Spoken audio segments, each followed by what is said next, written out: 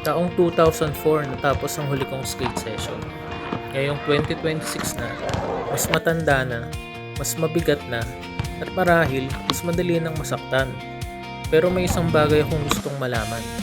Pagkatapos ng 22 taon, kaya ko pa kaya? Mukhang hindi na ata ah. Noong nag-skate ako dati, landway lang ang gamit ko. Hindi ako nagkaroon ng branded na skateboard.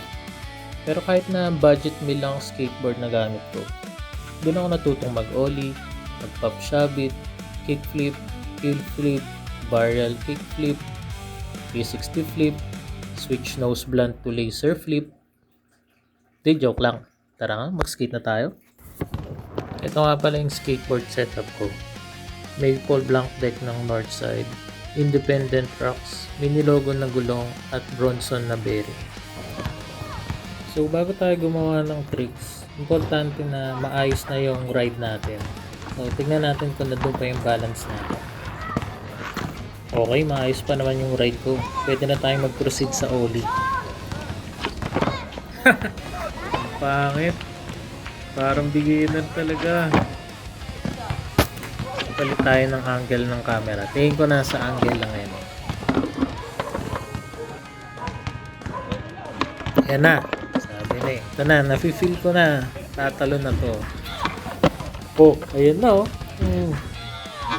Pwede na, pwede na.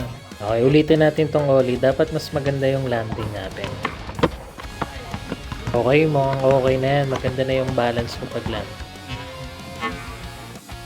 Pwede nang makatalo ng 3 lata ng sardinas, oh. Next trick na tayo. Okay, try naman natin ng running ollie. Try nating ulihan tong guhit para sa accuracy ng ollie natin. Oh, pwede nang makatalo ng tsinelas to. Isang tsinelas. Oh, try pa natin. Dapat balance na yung landing natin para mag-proceed tayo sa next trick.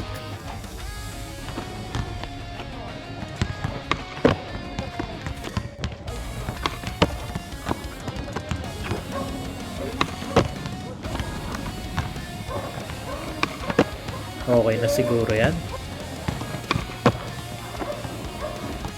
Itong trick na to ang next kong natutunan after ng ollie. So ito ang next natin gagawin. Pop shabit.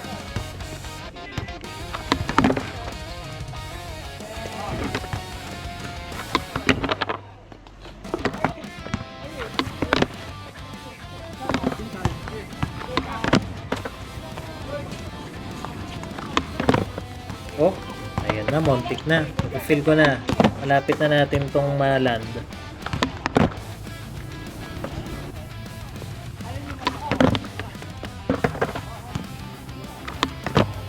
Ayun na nga, oh. Dali.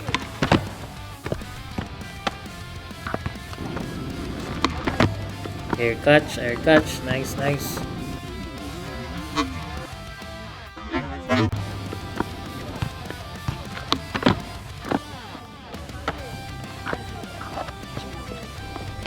Okay, next trick natin ay kickflip. Tingnan natin kung makakailang try ako. Tingin ko dito ako mapapalaban.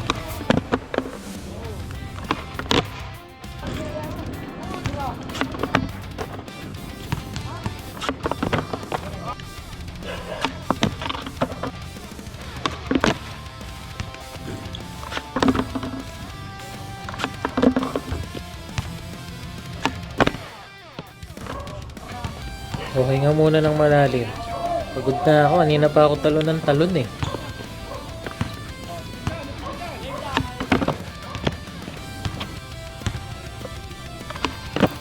Yun, sa wakas nabuo din.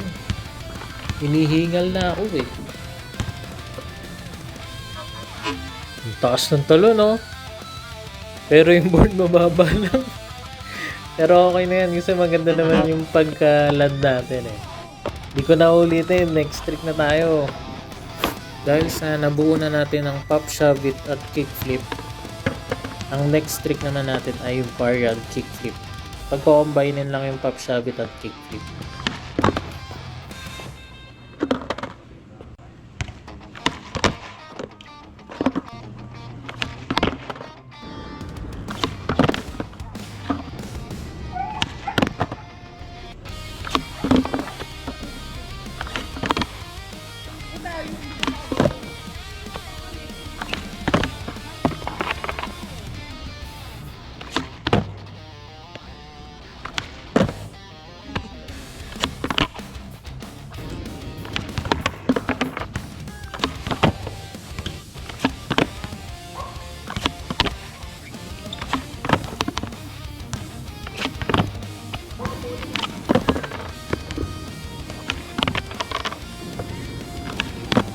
Yun, naland din natin.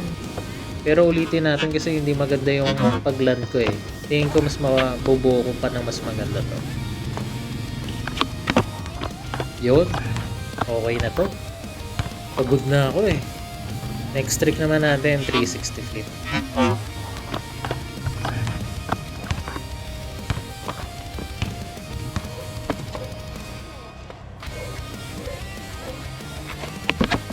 Oops, kontik na ang ating action cam. Next time na tong 360 flip, delikado.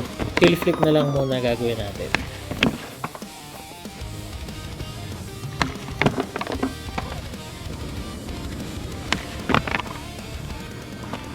Ayos, hanggang dito na muna tayo. Ramdam ko na rin yung pagod eh.